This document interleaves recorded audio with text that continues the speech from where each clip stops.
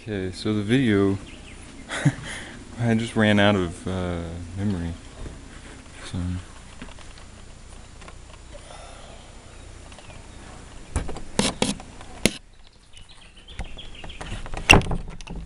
this is the next day. I just got through cleaning some rain gutters. It's starting to rain again.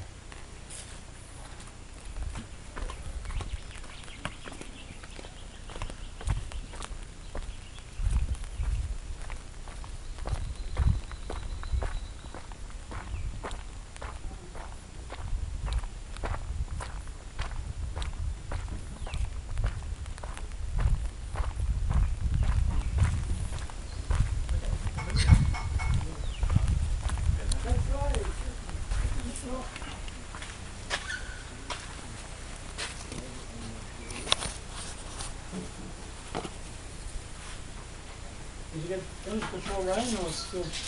Yeah. There's still booze where he's living. Okay. But Amanda's is finally, that's done. So.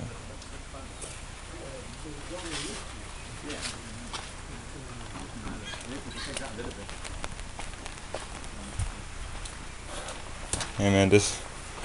How are you doing? Good. Making a video.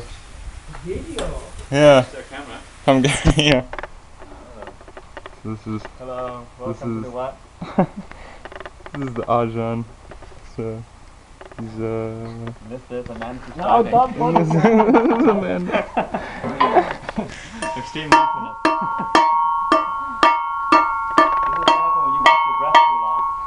This is what happens when you watch your breath too long. What'd you run into?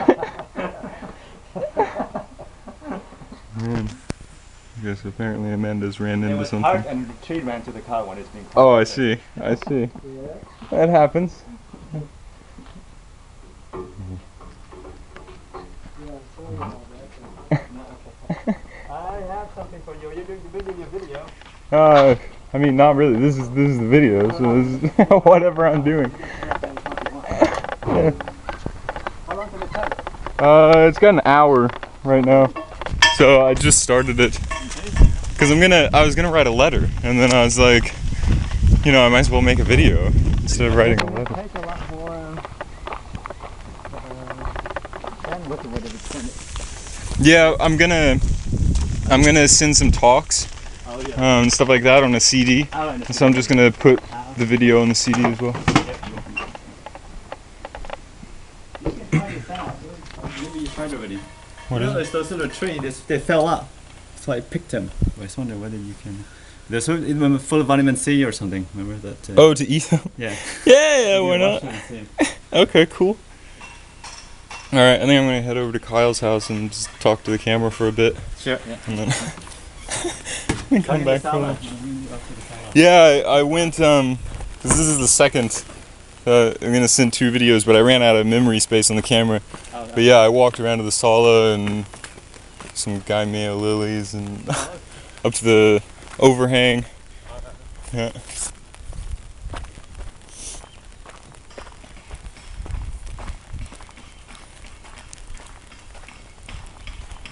Okay. So now I'm gonna go back this way. Back to where I was staying before, because it's almost lunchtime. I'm not going to go back up to the cave. It's like an hour before lunch, so I'm not going to go up there and then come back and all that. Man, these flowers started blooming just like the past day or whatever, probably because we're getting so much rain, but they're really nice looking, I think.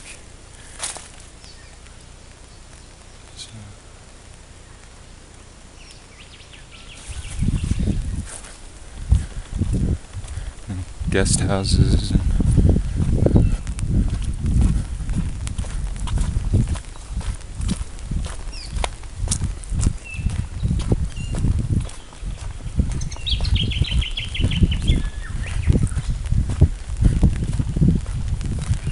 And there were,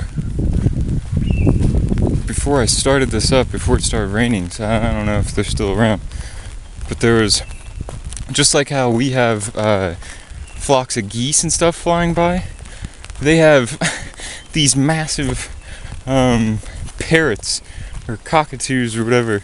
So there were black ones. There's like black ones that have really nice, they sound nice, and then there's white ones which don't sound as nice. They actually sound pretty annoying, but yeah, they might fly over again, I don't know. This, somehow, these usually only sprout one flower, but this one has 4. So I don't know, it might be because, I think it was already grown before we burned, but yeah, I thought that was crazy because not usual.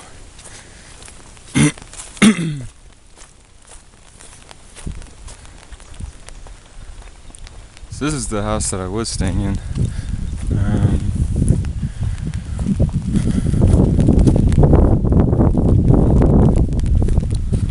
It is really, it's pretty nice.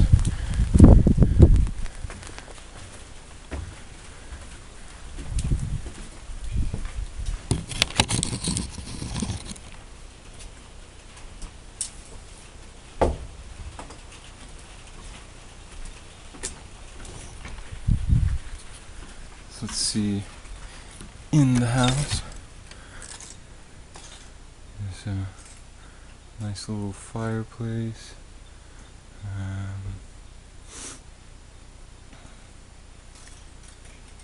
chessboard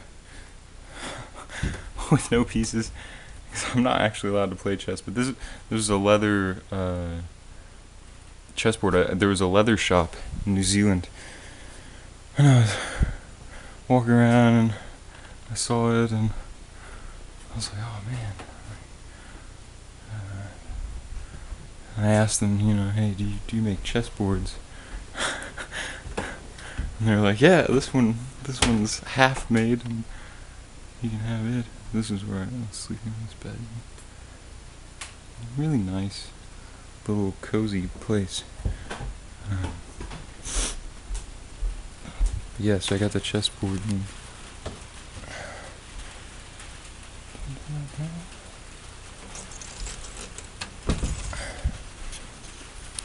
and then ditched the pieces because I'm not actually allowed to play. But this was my walking path while I was here, so it hasn't been used in a while. But the middle part I actually just wore out of the ground. I raked 2 lines of leaves and then just started walking. And walked so much it killed all the grass. Yeah, but that was a walking path. So let's see if I can set this up.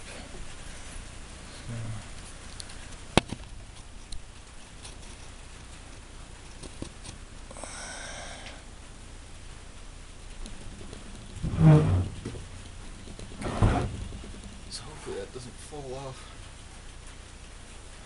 Hopefully it's so at some point yesterday while I was talking, it ran out of memory. I'm not sure exactly when it ran out of memory.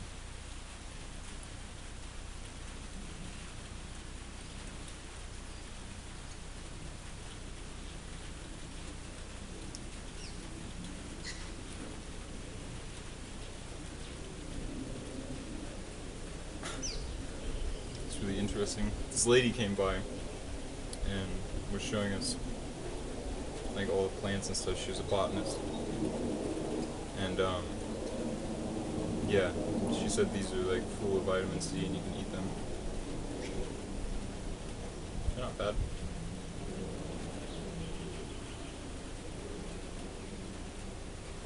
Almost like a grape.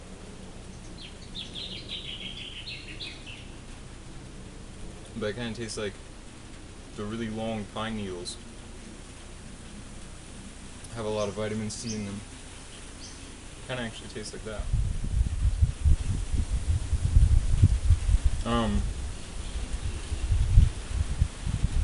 So, oh yeah, the eyebrow thing. So, in this tradition, this is like a tradition from Thailand. I think in like the 1700s or something like that, they were having a war with Burma, and so Burma was sending spies dressed as monks into Thailand, because I guess they didn't have, I mean, it's a monk, so they let them through the border. And so Thailand, the king of Thailand, he's like, okay, all monks shave your eyebrows, so that we can tell you apart from these spies. So I don't know how that worked, because you'd figure the spies would know and shave their eyebrows as well, but I don't know. And then I guess it just stuck. So this is the only tradition that shaves the eyebrows. So actually, I'm gonna do away with that, because I like my eyebrows, and I don't see it as necessary at all. But for now, like, because I want to be ordained and stuff, and I don't want to be the only one with eyebrows. Also, that's kind of weird. So yeah, shaving those.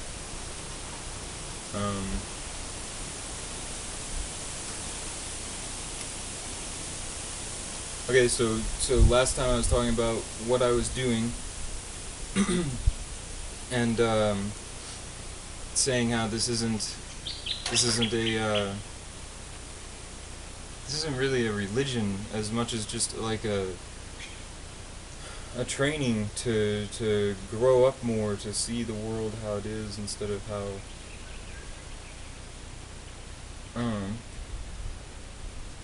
most people view it and stuff,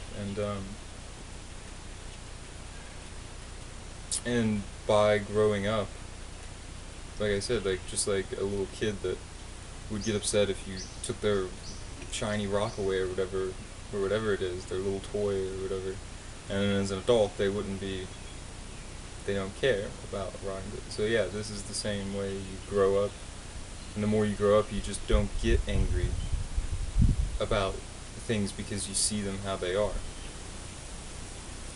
So it's not like you have to try to not get angry. Once you start seeing things how they are, you just don't get angry. Same as a little kid turning into an adult. So this is like an adult turning into a more adult or something. So trying to remember actually what I was talking, because I couldn't go back and look at the video because the camera doesn't really fast forward very fast, so I have no idea where I stopped. Actually, I have a range that I could have stopped in. But so yeah, so I was talking about like doing away with the storyline of the character that we say we are, that I was saying I was, and considering that storyline to be a part of me and stuff like that. And as long as I'm holding on to that storyline, then I have to defend that storyline or feel guilty about that storyline or whatever. And yeah, in reality, it's just me sitting here. So yeah, like all the memories and stuff like that. Yeah, I remember them, and they're nice, and not nice and whatever. But they're not something that I have to.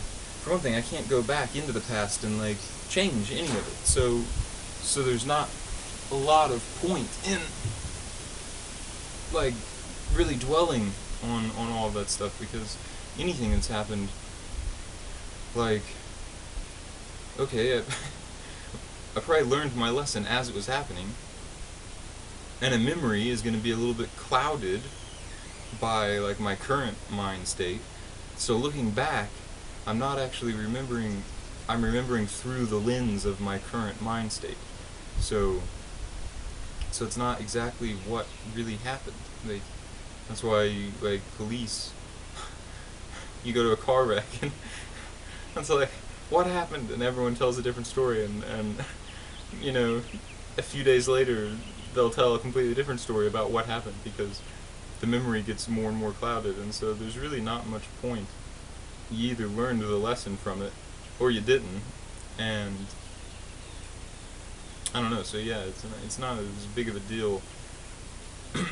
And like, let's say if I had an argument with somebody or something like that, there's no reason to, like, okay, I shouldn't have had that argument, like, that sucks, but remembering it and being like, oh, I could have said this, or I should have said this, or whatever, isn't actually helping. It's not repairing it. So dropping all of that is just nice. It's not having to worry about all this stuff that does not, there's no point in worrying about it. And then if I'm doing something and I'm worrying about all of this other stuff, then I'm not actually doing what I'm doing. I'm doing what I'm doing and worrying about this stuff. So I'm only halfway able to do. So the less that I'm worrying about the past or worrying about what I'm going to do in the future, the more I can be actually doing what I'm doing, whatever that is. Like right now, doing this. So yeah, so that's really helpful, and like yeah,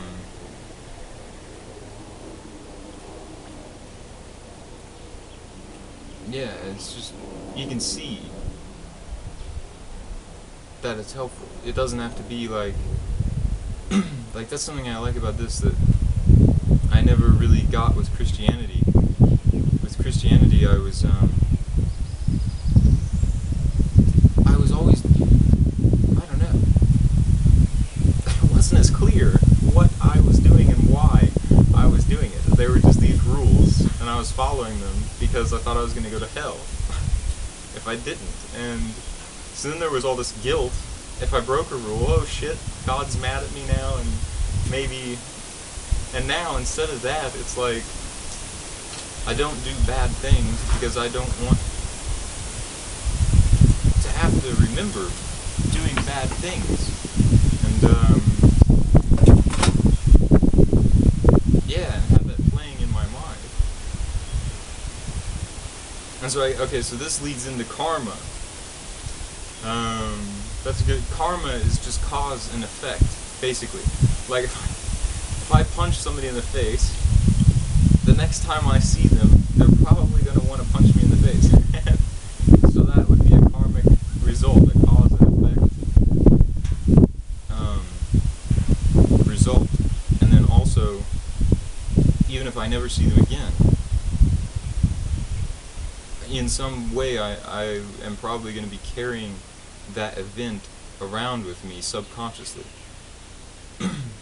So it's like in my, it's a memory that my mind will go back to at some point, and so it conditions all the actions that happen after it, even though it's a tiny, so every tiny little thing in some way, the future actions are building on all of these other actions. So that's karma. Like, it's not some, I like that too, it's not a God coming and getting me. It's my own karma getting me. It's my own causes and effects, you know, happening.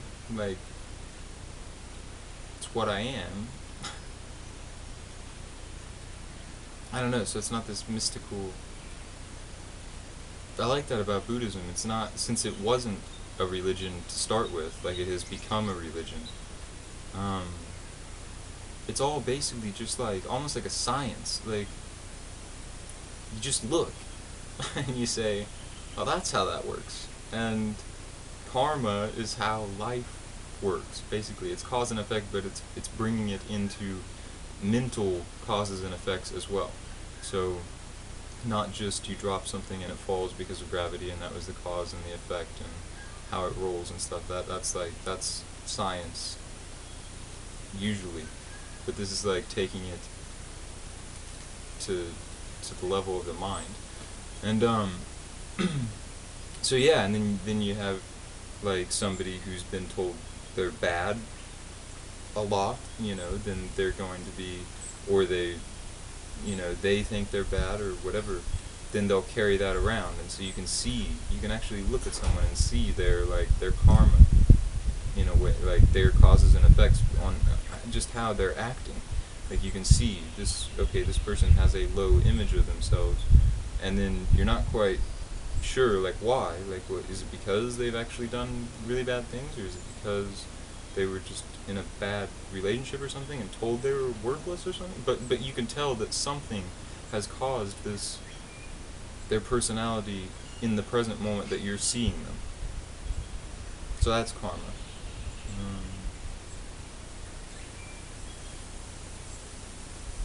Yeah, so that's not hard to understand.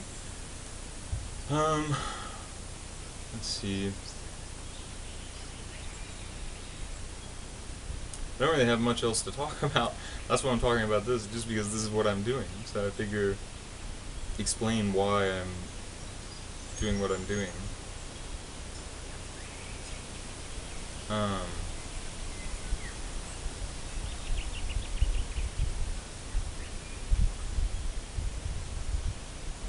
There's a lot of little, they're like gnats, but they're called sandflies, and they bite. Everything here bites.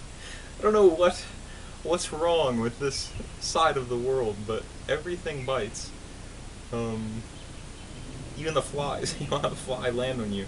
It's like they're not ordinary flies. Like you have very few ordinary flies, and then most flies are these like horse flies. So they land on you and they don't stop.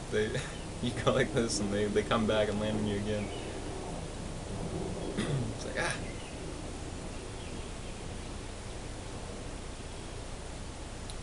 But let's see. Oh yeah, so the meditation, it's like a mental training. And there's basically like learning how to stay on task. So that's like concentration meditation. So if I'm doing that, I sit down and stay on a task. So stay with something. So like breath watching is something that's done a lot. So you can't be thinking about the past and the future and stuff if you're observing the breath happening. And yeah, so depending on how long you can observe the breath happening without like thinking about other things and going off into some whatever, it's almost like dreaming or something while you're awake, like daydreaming, you know. And so there's different levels of that, like, but I know I do it all the time, like that. But that's what I'm trying to stop doing, basically, is as I'm walking around, just be walking around, like be doing what I'm doing instead of walking around and listening to a song in my head at the same time. And so I'm not quite aware of what, I'm half aware of what is going on, and I'm half aware of the song or the conversation that I had with somebody, or might have with somebody, or whatever, if it's a movie or anything that I'm thinking about.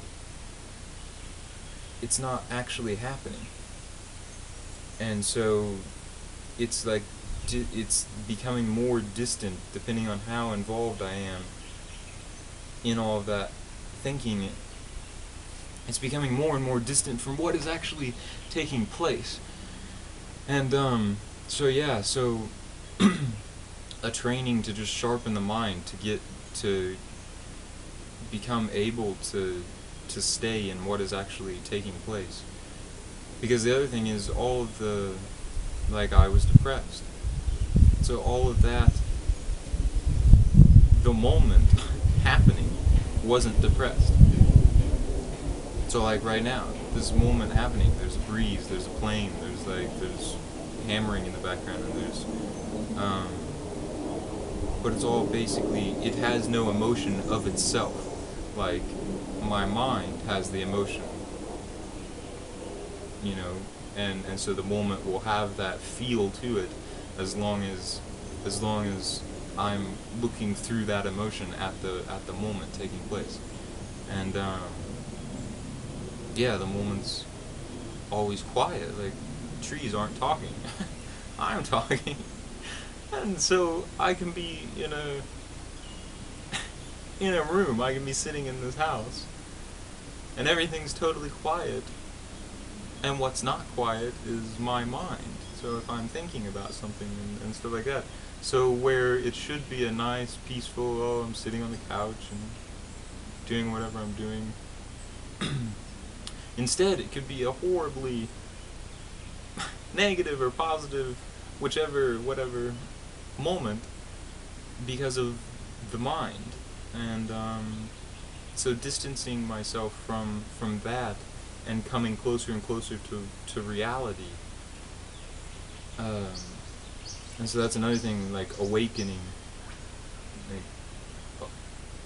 like so like a Buddha, I don't know if I want to go into that. Yeah, why not? Okay, so like one thing we do here is, I think one of the talks I'm going to send you is about this as well, but this is a good way, if you listen to this, what I'm saying now, you get to see me and hear me talk and stuff, and also, yeah, know what I'm doing, and it kind of a preliminary explanation to where you can understand the talks and stuff. So one thing we do here is we take refuge. As a Buddha, you take refuge, or Buddha, as a Buddhist, you take refuge in the Buddha, the Dhamma, and the Sangha. So what those words mean, it's basically taking refuge. The Buddha is like pure consciousness, basically. So just awareness. So it's like I'm taking refuge in my ability to be aware. And then the Dhamma, taking refuge in the Dhamma, it has a lot of meanings, but in its simplest, it just means what I'm aware of. So like I can do that at any time. Like if I am like anxious or worried about something, I can take refuge in reality that is peaceful and nice around me. So I can say, I can come out of that problem that's going on in my head.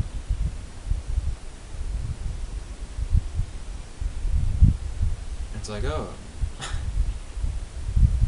everything's nice. Like, so it's escaping into taking refuge in reality, in my ability to see reality. And then the Sangha is like basically monks and stuff. Like the Sangha is people who are more aware and stuff like that. So also taking refuge in them, because if I have a question or something, I can go ask one of them, or I can listen to a talk by a monk or something like that, and that's really nice. So yeah, that's what taking refuge. And so it's not that I'm worshipping Buddha, Dhamma, and Sangha and all this as this other thing. I'm taking refuge in something that actually helps me.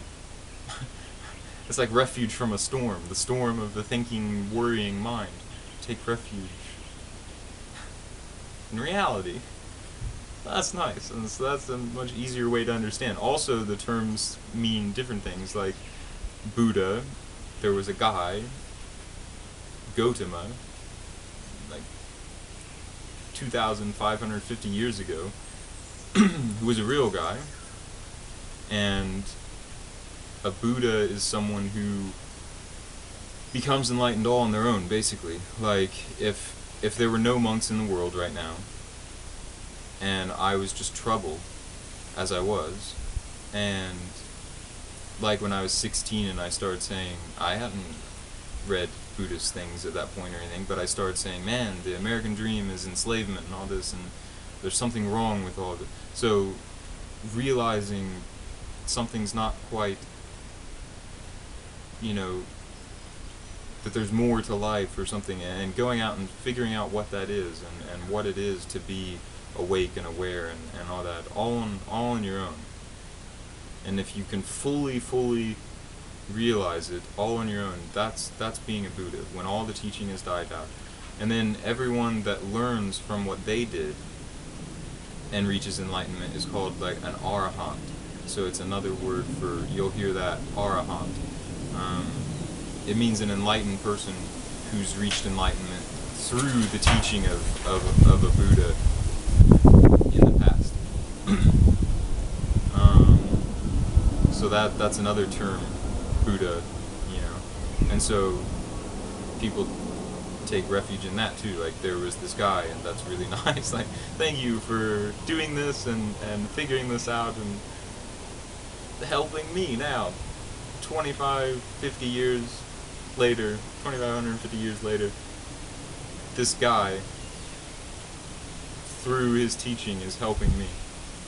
And Dhamma, then, in that sense, is the teaching of a Buddha, what they teach, which is also reality, because they're an awakened person just telling you how it is. So Dhamma, in that sense, is the teaching. And then Sangha, yeah, still like the people following this teaching. But yeah, so those are those three terms. Those are the main Buddhist terms: Buddha, Dhamma, and Sangha.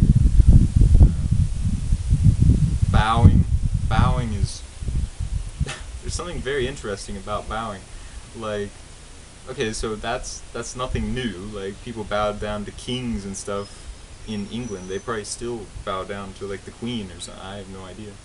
But it's just an act of like reverence for someone.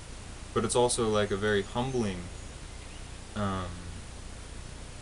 like, just as an experiment, I bowed to this other guest, and he bowed to me, and it was a very, and we bow to the monks and stuff, but it's not because we're worshipping them, it's more just this really old style of doing things. And yeah, it also, it has its point in that it's humbling. Like, the act of bowing is a very, it takes away a lot of the arrogance or pride or anything that's in all of us. And yeah, you have to let that go to a point. Like, there was this guy at the other monastery that ordained while I was there as a novice monk, and so before that he was just in white like me, and he was an asshole for all intents and purposes. He told me that I had the most defilements, which means, like, you know, greed, hatred, delusion, all of this stuff, out of anyone he had ever seen before come to the monastery. And all that. Just a horrible, and he was always saying hateful things like that to me. But when he became a novice, I had to bow to him. That was very humbling. That you have to put your pride on it, and that's a very good teaching. That's my alarm to tell me that lunch is coming. What's gonna happen 3 more times? So anyway, or I'm backing up. One of the two. But yeah, so there's the bowing. That's why people bow, and so it's not. That gets confused. Like, oh, you're bowing down to this image. You're bowing down to these monks. You want to. But that's all that's for. It's actually a good training tool. And yeah, and it's an old form of just respect, basically. So there's that.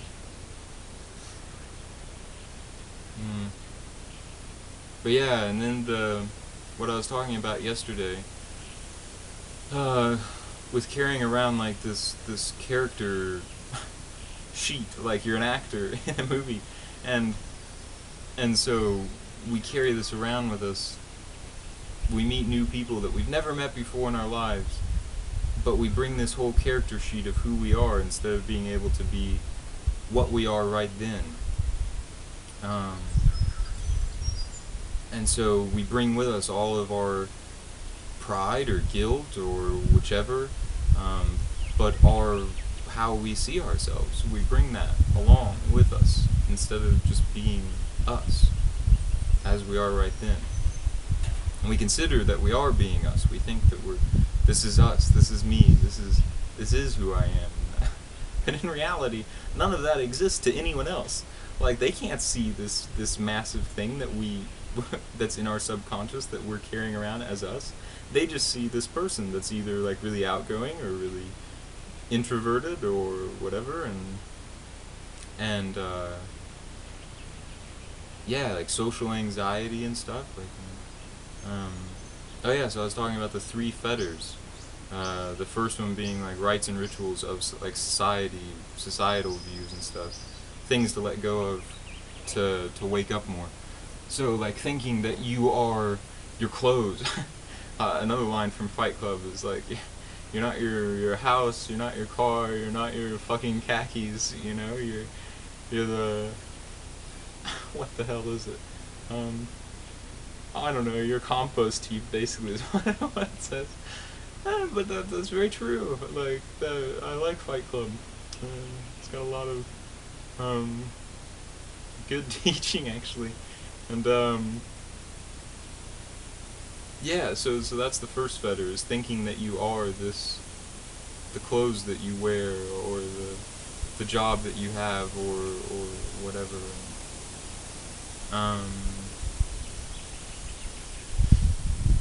And then the second fetter, to be let go of, to see things more clearly, to not have anxiety and worry and stress and everything over things that don't matter. The second thing that keeps anxiety and worry and all that alive is, yeah, the personality view. So that's the character thing.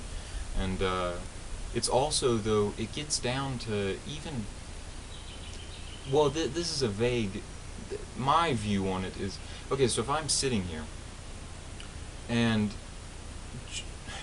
the thinking process in itself,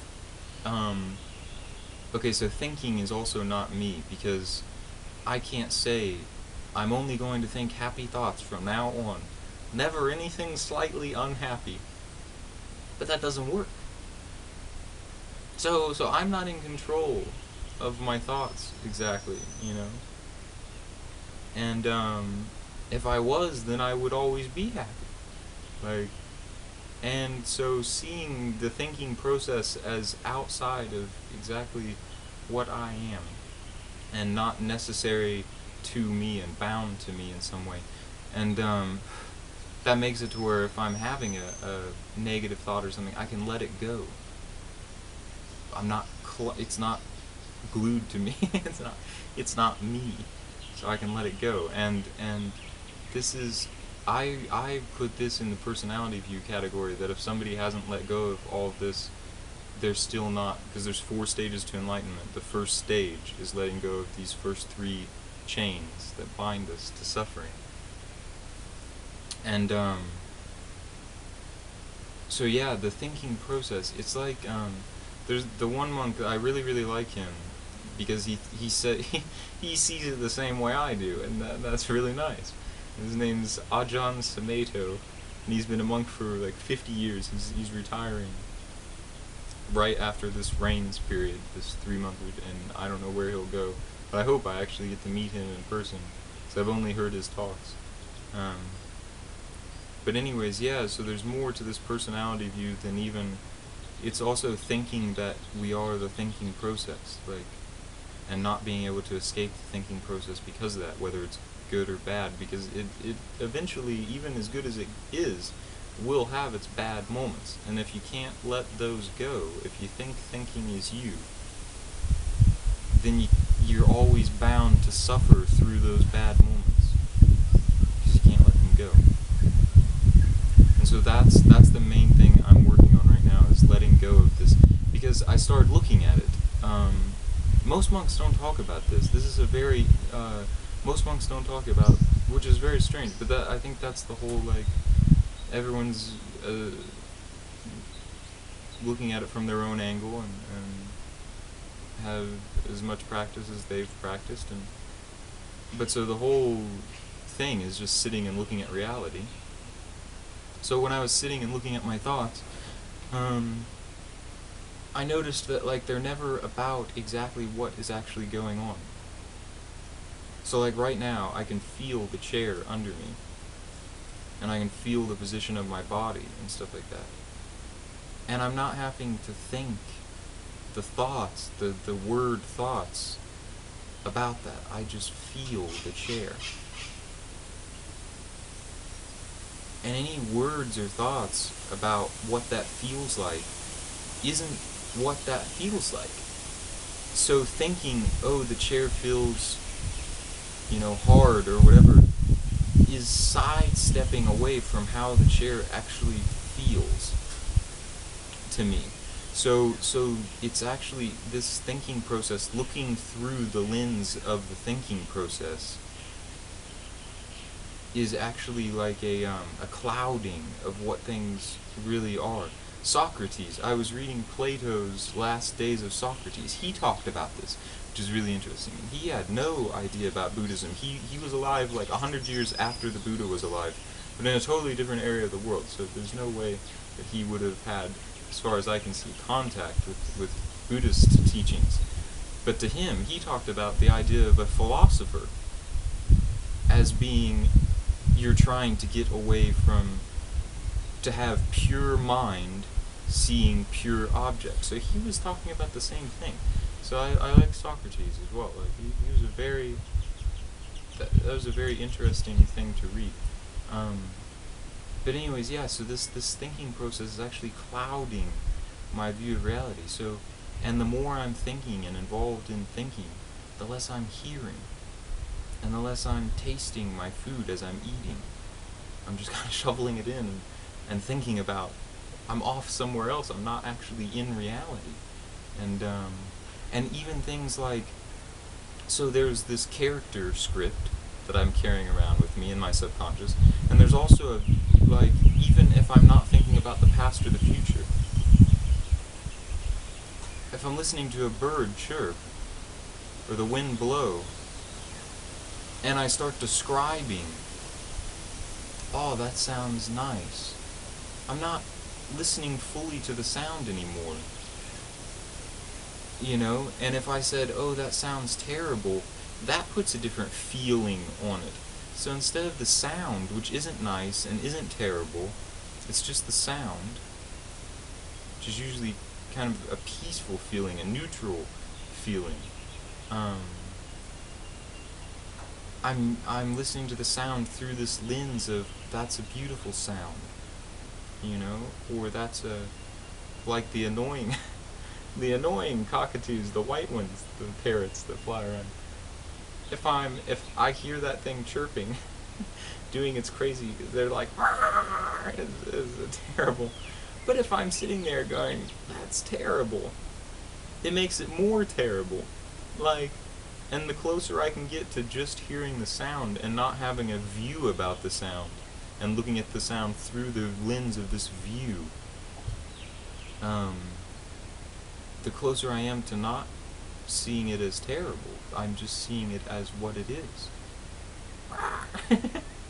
It's just that. It's just a weird sound happening, coming out of this parrot. And it's like, it's not good or bad, it's just sound. But yeah, so these, I put that in the same category, and I think that's what, letting go of all of these lenses that I'm looking at reality through, to where I can just see reality. It's a very hard process to actually go through, because no matter what, even just seconds of absolutely no mental chatter, for me, is very difficult. If I'm walking down towards my cave or something, and it's very difficult to have more than 5 seconds at a stretch